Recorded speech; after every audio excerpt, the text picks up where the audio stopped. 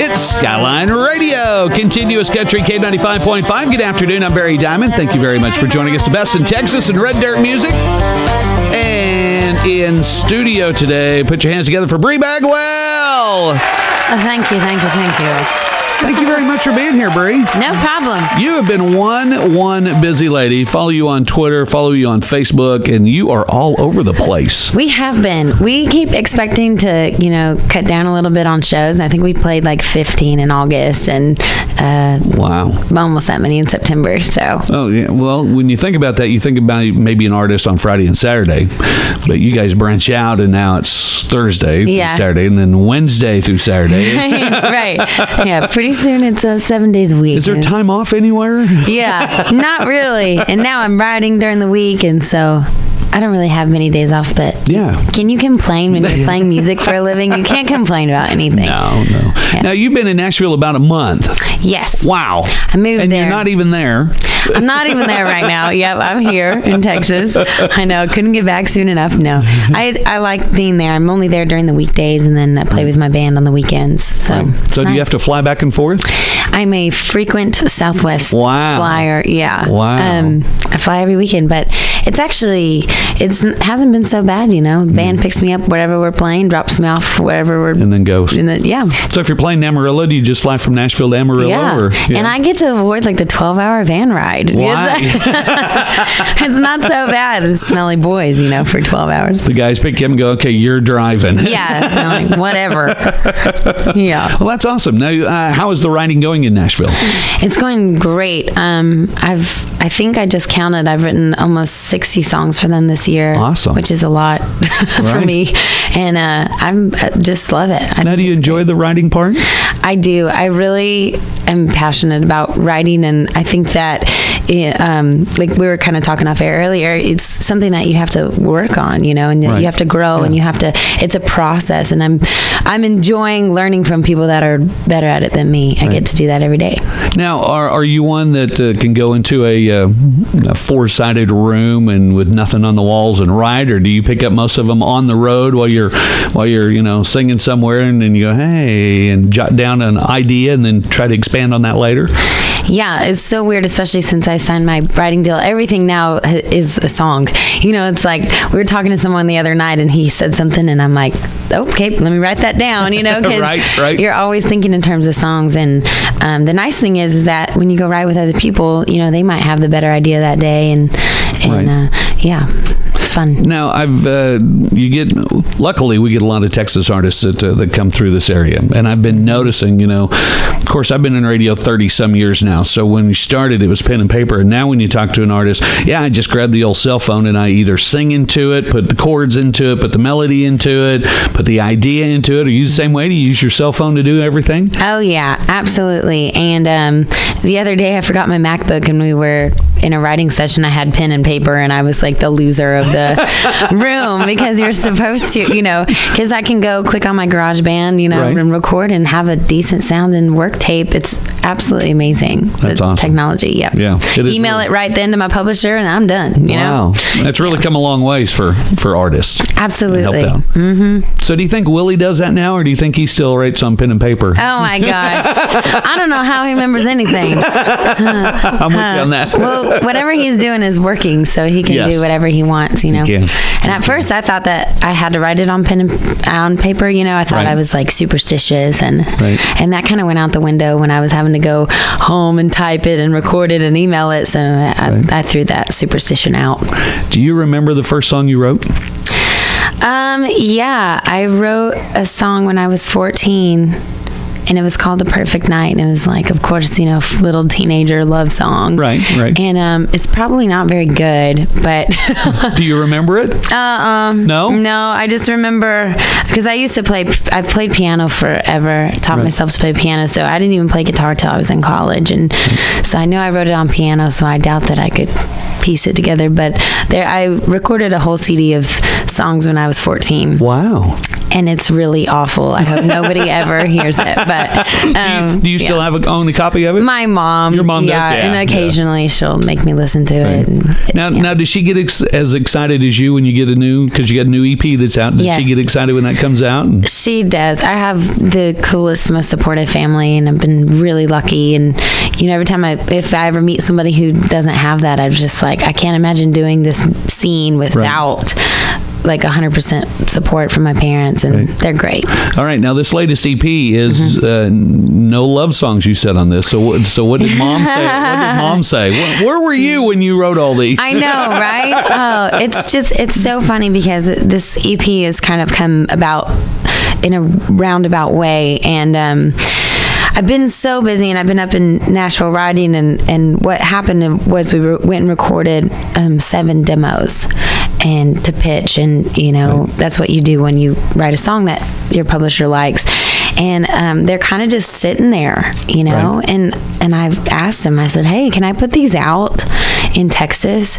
And they said yeah, and so we kind of amped them up and put some more harmonies on them, and I mean, Hound Dog was just a demo, and they've made it sound just incredible. And so I put them all on a CD, and it was just funny the first time I listened to it. I'm like, wow, there is just not a single love song on here. That was my next question was on the ones that you're writing. Are these for other people? Can you use these or? Yeah, a little bit of both. And I'm trying, I mean, I would love to go get a record deal up there in Nashville, and I'm kind of, that's what I'm ultimately trying for. So trying to find those magic songs for me right now. Awesome. But, if they pitched them to someone else, I wouldn't be mad about it. Well, Hound Dog is the latest that you've gotten out that's climbing the charts and doing very well for you. So congratulations on that. Thank you. Would you mind doing that for us? I would love to. All right. This is Bri Bagwell. Her latest single that's climbing the charts right now. Texas Music Charts is Hound Dog. Tell me a little bit, what was the thought on Hound Dog?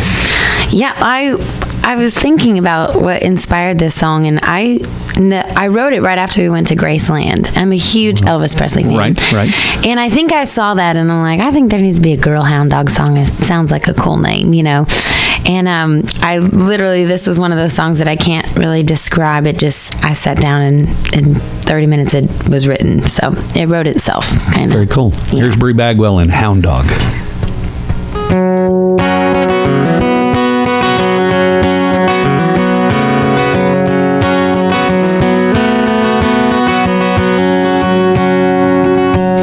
The same old story, sitting on the front porch waiting for you to come home, howling at the moon and crying to the crickets 'cause I'm tired of being alone. And up from the boondocks I hear thunder and a strange new wind blows. The whole county knows that you've been cheating, and it's right underneath my nose. And I'm a hound dog right on the trail of the scent of her perfume. A hound dog right on your tail, ain't nothing I won't do. You chased after something else, and I'm coming after you. And you better believe if you wanna be one, I can be a hound dog too.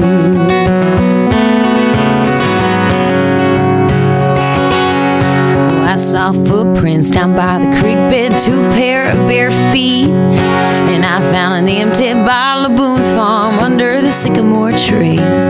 She smells like straight trouble, this shouldn't be too hard. I'm sniffing out your whereabouts like a bone in my backyard. And I'm a hound dog right on the trail of the scent of her perfume. A hound dog right on your tail, ain't nothing I won't do. You chased after something else, and I'm coming after you. And you better believe if you wanna be one, I can be a hound dog too.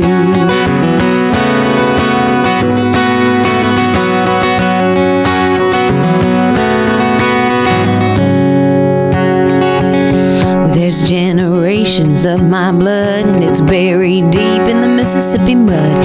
They'll see a dog without no collar, digging a grave deep in the holler.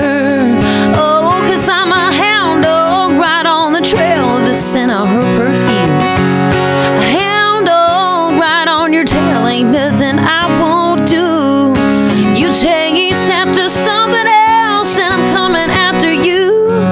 You better believe if you wanna be one, I too. I said, you better believe if you wanna be one, that I can be a hound dog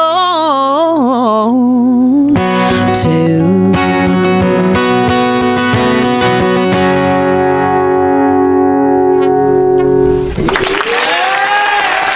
Bri Bagwell, very nice, very nice. Thank you. Love that tune. All right. Appreciate that. Now, what are you working on right now? Are you working on another EP? You waiting for this one? What? So this one just came out. Right. And so I'm going to push this one. I think I got at least a couple singles off of this one. And then... like 6. Hopefully 6. That would be nice. 6 out of 7. So I'm gonna work with this for a while. Let's go 7 out of 7. Come on. Oh, you're sweet.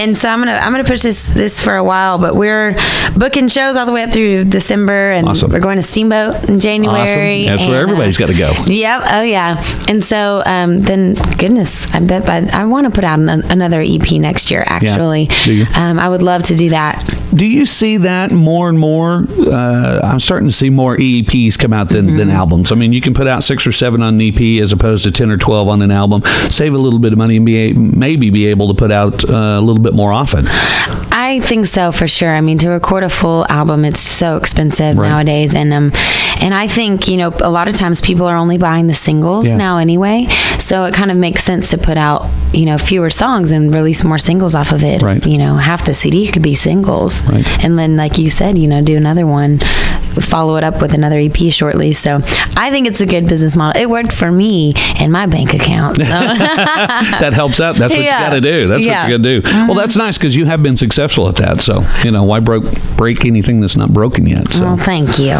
You just change when you have to. And you don't have to do that right now. Yeah. So that's awesome. So. And things are, we got like one song that I'm pretty sure Sony wouldn't want to record. It's a song about fishing, and it's real silly. And we've been playing it around, and people love the song. Hello, Brad Paisley. Hello. Yeah, Come on. I know. So I'm they thinking, would love it. I think so too. So I'm thinking we might record that one and release that one for summer next year. Awesome. So That'll be great. Look for that. Now they want to buy Bri Bagwell. Where can they go and get the new EP? Then even go back and get some of your other ones too. Oh yeah, definitely. I would love that. iTunes, of course, Amazon, and BriBagwell.com, and we would love for everyone to like our Facebook page. I was trying to get to 10,000 likes on my radio tour, and we just passed 11,000. Right. So people are responding to the song. Good. So that helps us more than anything. So yeah, Facebook, go to Facebook and go to Facebook and click that like. That's the biggest thing. How many times do you go to Facebook and check it all out? You're looking at everything, then you leave, and you didn't hit the like button. Right. If you make it a count to hit that like button first, then look. Definitely. Then you don't leave. So definitely go to Bri Bagwell on Facebook and click that like button first, and then check everything out. And that's nice because you're very, very active, and so you get to even when you're not on radio too. In the last 2 years, I can keep up with Bri and what she's doing. So that's very cool. And you never know what we're doing. We're crazy. Yeah. And that's what I like. That's the best part. So. I got the coolest band in the world. I try and post our shenanigans on there. Always lots of fun. Yeah. Well, Bri, congratulations on the success so far, and keep it rolling. Thank you so much. Bri Bagwell. Want to thank her for being in the studio. We've got more coming up on Skyline Radio after this. Very cool. Thank you very much. Awesome. Thanks for letting me do that. You are welcome. Double trouble.